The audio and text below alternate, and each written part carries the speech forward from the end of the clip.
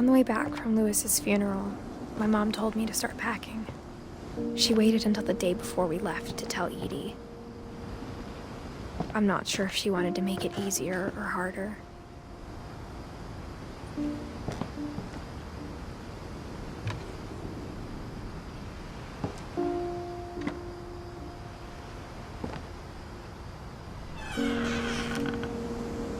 I wish we'd stayed.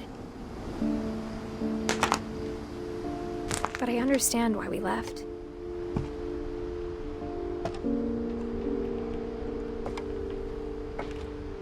My mom ended up leaving everything behind.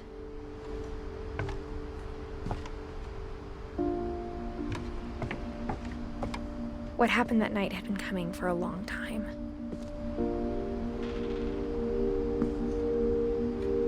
Maybe it should have come sooner.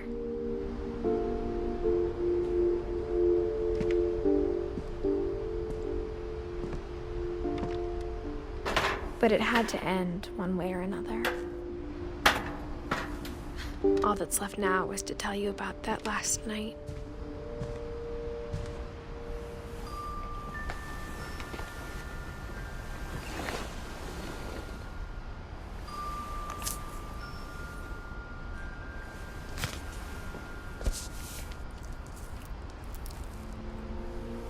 That whole last day, Edie just watched us pack and didn't say a word.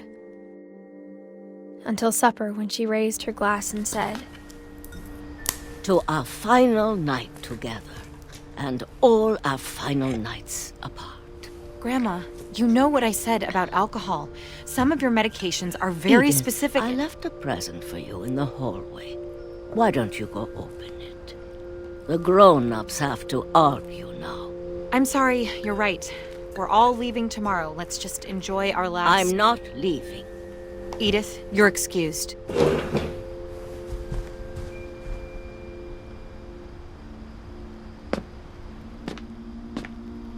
The power had been shut off that morning, but Edie always had plenty of candles.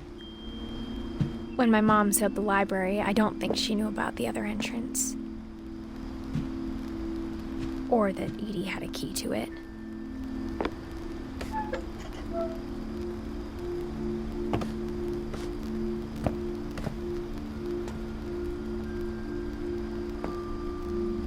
That thing you're afraid of isn't going to end when you leave the house. Edith has a right to know these stories. My children are dead because of your stories. I think it's best if Edith and I leave tonight.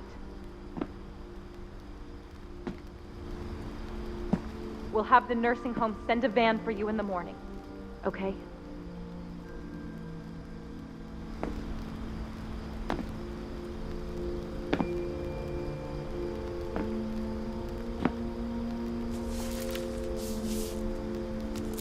Dear Edith, there's so many stories I wish I could tell you, but there's only time for one. This is about what happened on the night you were born. That night, the tide went way, way out. It was the first and last time I ever saw the old house aground. There'd been an earthquake out in the middle of the ocean. They called it the lowest tide in 1,000 years. God, it smelled awful. You know, I've seen that house every day of my life. But I never thought I'd go back to it. When the fog rolled in, I lost my way.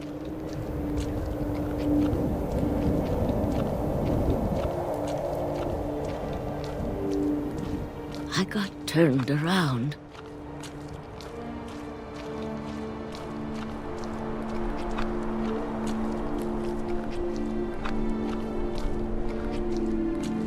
For a while, I wandered.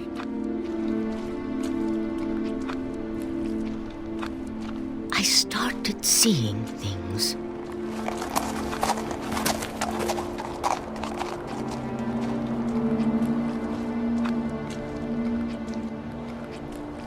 things I'd forgotten had ever existed.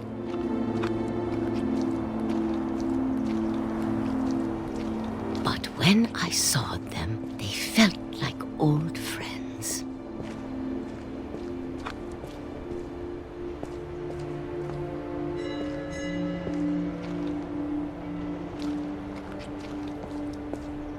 That night, a lot of things came back to me.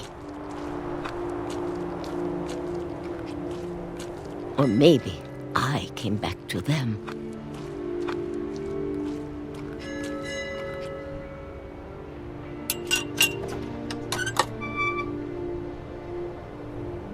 Things I can't explain, but that I need you to try and... Edith, what are you doing in here? It's mine. Edith! Mom, you're gonna rip it! Let go! I kicked and screamed, but Mom dragged me to the car. I never saw Great-Grandma Edie again. The next morning, the van came to pick her up, but she was already gone. After that, we moved around a lot.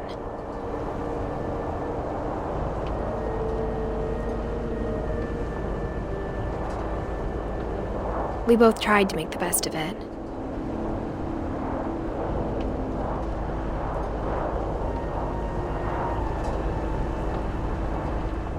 A few years went by.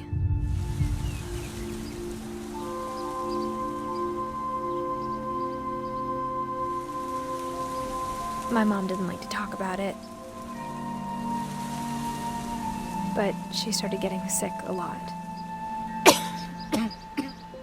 The rest happened pretty quickly. She got better for a while, and then she didn't.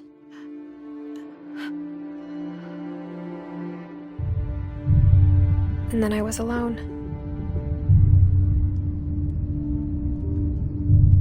The last Finch left alive.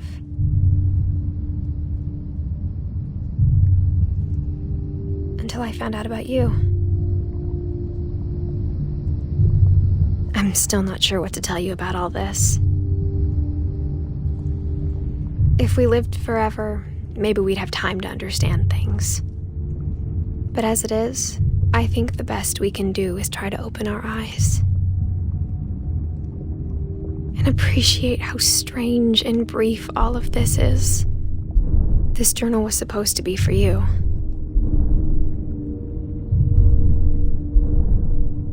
But now I hope you'll never see it. I just want to meet you and tell you all these stories myself.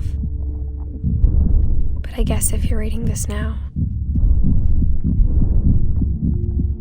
things didn't work out that way.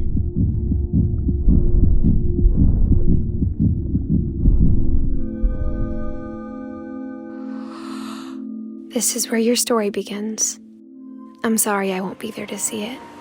It's a lot to ask, but I don't want you to be sad that I'm gone.